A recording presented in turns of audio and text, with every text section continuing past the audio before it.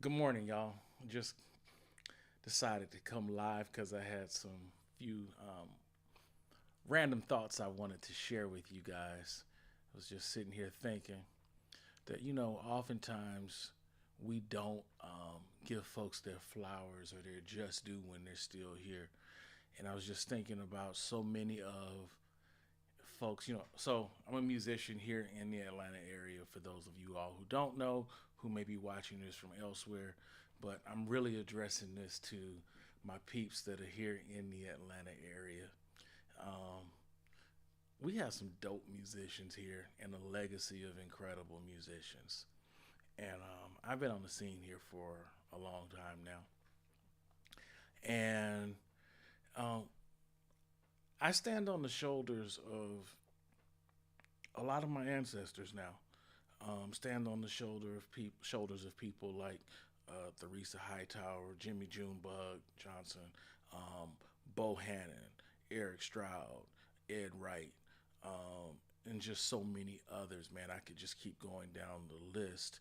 I don't want to just keep dropping names because I'm gonna just forget so many others, and I don't want to insult anyone. But I want to talk about two individuals that have been so impactful in my life, and I'm gonna talk about a lot more in the coming weeks and in the coming months. I'm gonna make this a series, but um, there have been a couple of people that I want to mention today. Um, when I was first coming on the scene way back in the '90s, and I was a student in the student at Clark Atlanta University and was probably 19, 20 years old and didn't know anything, just kind of doing, stumbling around a few gigs in the city. I was called to do performance at this old club on Northside Drive called the Somber Reptile. And it was a jazz gig, and I was called to do it. And I don't know why they called me to do it. And there was me and another keyboardist that they had called, and that other keyboardist was none other than a very young Al Smith. And Al had just moved here. Al probably hadn't been here in the city, but maybe 6, 7 months at the time, maybe a year. I don't know, but he hadn't been here in the city very long. And Al definitely didn't know me. He really didn't know that many people in the city, but he definitely didn't know me from Adams. And but Al, very skilled, very accomplished keyboardist even then. And so they called me to do the gig, and we were doing our sound check, kind of going through some stuff. And we got to whatever tune it was, and at that moment in time, I realized that I was out of my league. I was the wrong call for the gig. Yeah, I was absolutely the wrong call for the gig. And I did not know the changes to a couple of the tunes. It was not happening. And so we got through the sound check and it was fine. Instead of leaving and going to do whatever it is that all the cats were going to do between sound check and the actual hit, Al stayed behind and actually went through the changes with me. He didn't know me from Adam. This is our first time meeting. He actually went through the changes with me, showed me some stuff, and then, the gig came and we played it, we made it through. I mean, I still wasn't jamming, don't get it twisted, but I made it through the gig and it was cool. But that was my first encounter with Al Smith. We've been friends since.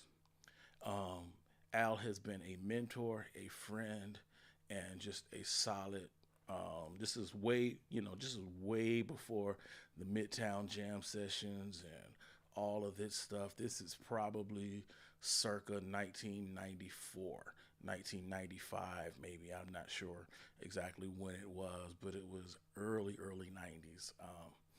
But yeah, so Um, Al Smith. Fast forward, number two. A couple of years later, somewhere around 1999, there's another cat. Well, around this time, even then, there's another guy that took me under his wing. A guy named Kurt Mitchell. So Kurt Mitchell, once again, I was the young head on the scene. I'm kind of feeling my way through the city, and um, Kurt Mitchell sees what I'm doing, and I ask him to do a few gigs with me, and Kurt, he says yes, and he's pulling me along and playing a few gigs with me, and he sees, he says yes, and whenever he can, he plays gigs with me. He fits me in his schedule, and and along with guys like Darian Emery and Tad Gully, for those who remember, Tad that used to play drums around town, and it was a really really cool situation with them showing me the ropes. Now these guys were much more skilled than I was at the time. Like I said, I was 18, 19, 20 years old, just kind of feeling my way around. I was the new kid on the block, and these guys were showing me the ropes. Now, one of the things that Kurt Mitchell did for me. So December of December 7th with 1999. I'm sorry, December 7th, 2000. I released my very first project, CD project, and Kurt was kind of there during the whole process. A lot of people were there during the whole process. I've been kind of working in the studio, developing my production skills all along. And it was, I've been building the studio and doing all kinds of things. But my very own first project um, um, was released December 7th. And I had a CD release concert at a place called the Crescent Room. And Kurt Mitchell was my bass player. And at the end of the concert, it was a very successful concert, probably had over, five, 600 people in attendance. And at the end of that concert, when I got ready to pay everybody, Kurt Mitchell would not let me pay him. He said, "Man, I'm just proud that you've actually finished something." He said, "There's a lot of cats that I've seen that have been on this scene for years and years and years and haven't done a project, haven't recorded anything. And here it is, you, this young cat, first on the scene, been on the scene just less than 3-4 years, and you've done this whole project." He said, "I'm proud of you." He said, "Keep up the good work." And he would not take a dime from me. That planted a seed and a fire in me. The other day, someone said something to me that touched me. They said, "John, you're a good guy." They said, "You've touched so many people in this city. You've reached out and you've helped so many people. Your character is so giving to so many people." And I don't know whether that's true or not. I try to help people. I try to, be giving. But if that is true, if I am helpful to people, I'm going to tell you that it is the spirit, or it is in the spirit of that moment that Kurt Mitchell did that for me, that I've been trying to pay that forward ever since. He did that for me, and I can't repay him. But I can tell you that that told me that the next person that comes along, I've been trying to pay that forward ever since. It ignited something in me. So I just wanted to, give these two guys their flowers, Al Smith, Kurt Mitchell. And there's so many others, man. I'm going to continue to share some impactful things of musicians that are doing their doggone thing in Atlanta. Um, just in the Atlanta scene, as we're kind of, vibing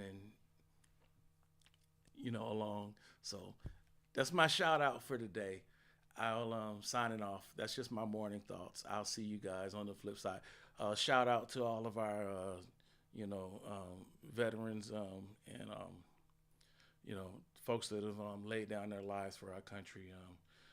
Hope y'all enjoy your Memorial Day weekend.